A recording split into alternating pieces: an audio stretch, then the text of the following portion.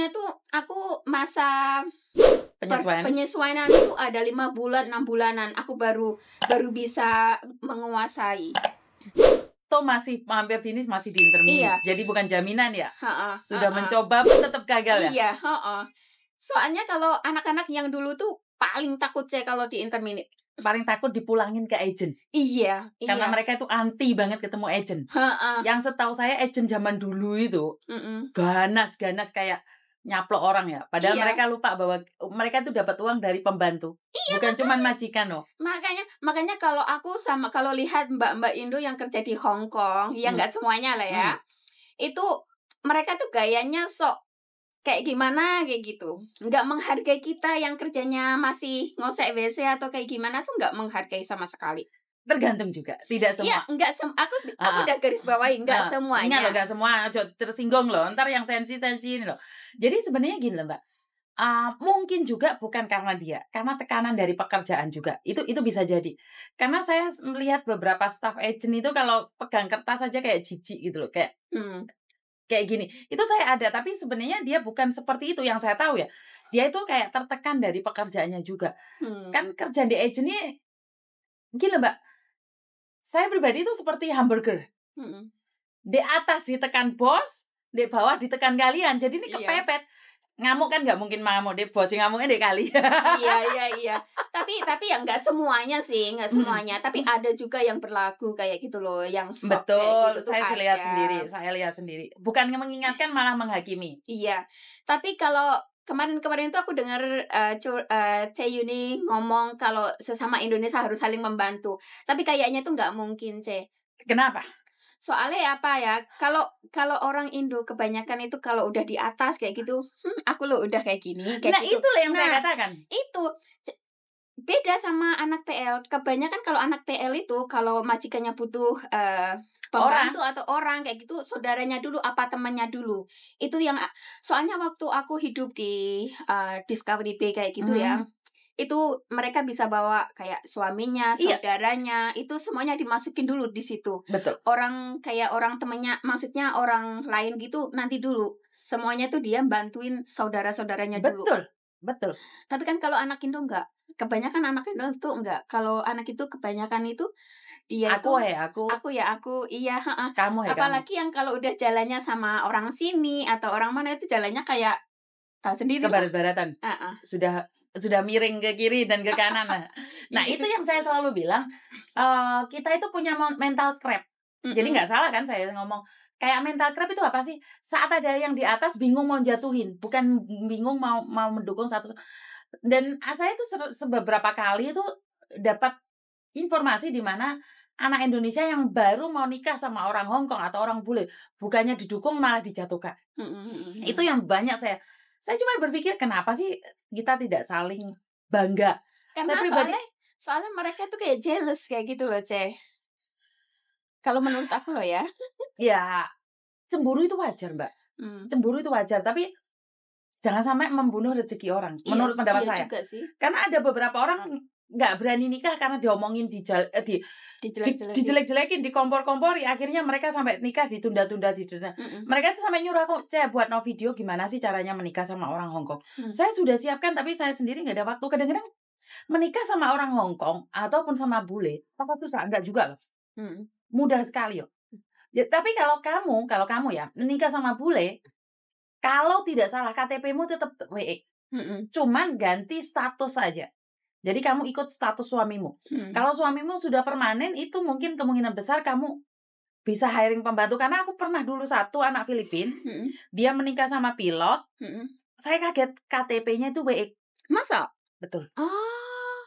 KTP-nya WE, tapi ngejeng pembantu.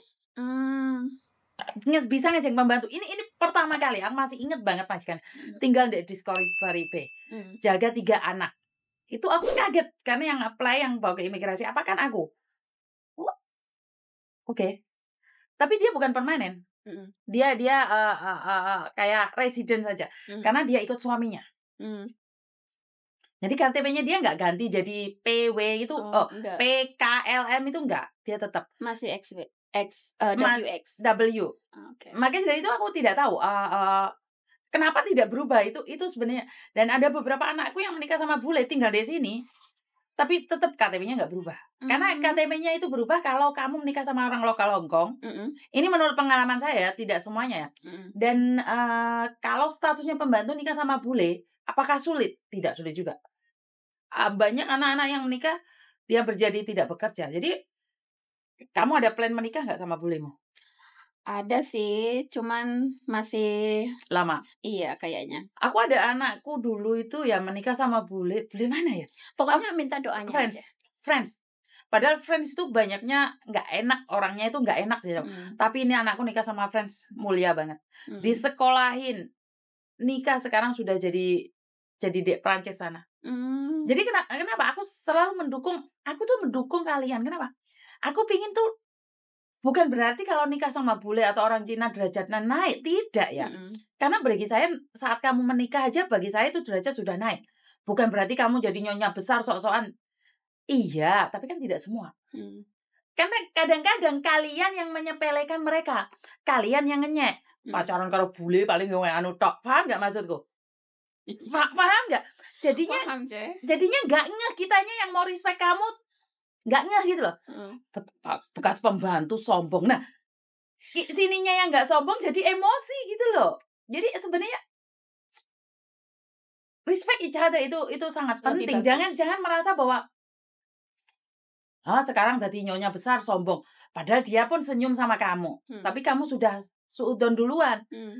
Gimana bisa ngobrol kalau dari awal aja aku udah nggak suka kamu? Iya, betul. Padahal kita nggak kenal.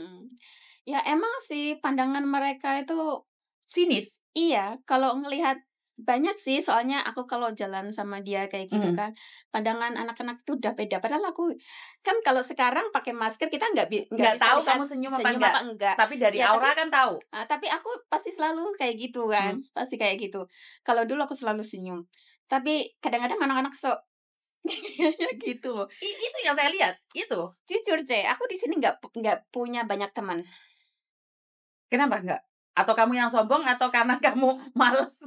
Bukan, kayak gini loh. Soalnya dulu itu menurut aku loh ya. Soalnya dulu waktu aku tuh masalah kayak gini, kan dicukupin terus kan.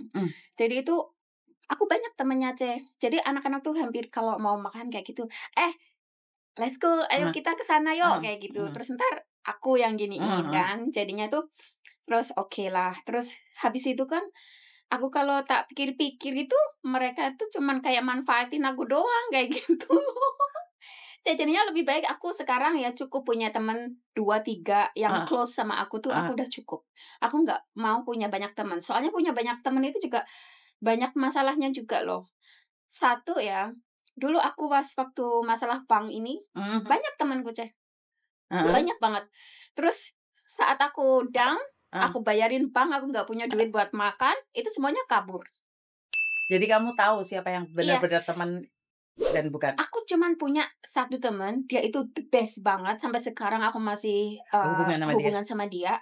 Aku kenal dia tuh dulu waktu itu aku di Macau, di boarding house kayak gitu. Nah, aku kenal sama dia, terus kan dia visanya udah turun dulu kan. Terus dia tuh balik lagi ke Hong Kong kerja. Terus dari situ sampai sekarang, kita tuh kayak kakak adik kayak gitu. Soalnya kan aku udah tua ya. Terus dia kan masih muda. Jadi dia selalu manggil, respect banget sama aku kayak gitu. Pokoknya kita berdua itu saling bantu-membantu kayak gitu loh. Cuman dia kalau aku lagi down, dia bantuin aku. Kalau dia lagi butuh, aku juga berusaha yang terbaik buat dia kayak gitu loh. Kebanyakan anak-anak itu kalau kita lagi dapat masalah nih ya, oke, bye. Kayak gitu loh. Ya iyalah. Mau gak kenal kamu, gimana? Kamu kasih aku masalah. Bye, itu lebih baik. Gimana? Maksud aku adalah saat kamu pacaran sama bule, kedepannya saya cuma bisa mendoakan pernikahan yang terbaik. Makasih. Ya namanya orang, aku lebih suka kalau anak-anakku lebih gimana ya? Lebih depannya itu lebih punya masa depan yang cerah. Bukan jadi pembantu tidak masa depan cerah loh. Tidak. Maksud aku kita keluar negeri kan mengubah nasib. Iya. Menikah juga kan punya peluang untuk mengubah nasib ya. Jadi kan lebih baik lagi. Kamu akan pulang Indonesia, stay di Hong Kong atau memilih ke Kanada? Mungkin kita planningnya kita mau pulang ke Indo. kamu planning sama bawa dia ke Indonesia? Kuat nggak dia di Indonesia? Nggak tahu, makanya dia itu nggak mau jual propertinya yang di sini. Terus nanti mungkin balik Indo, balik sini kayak gitu.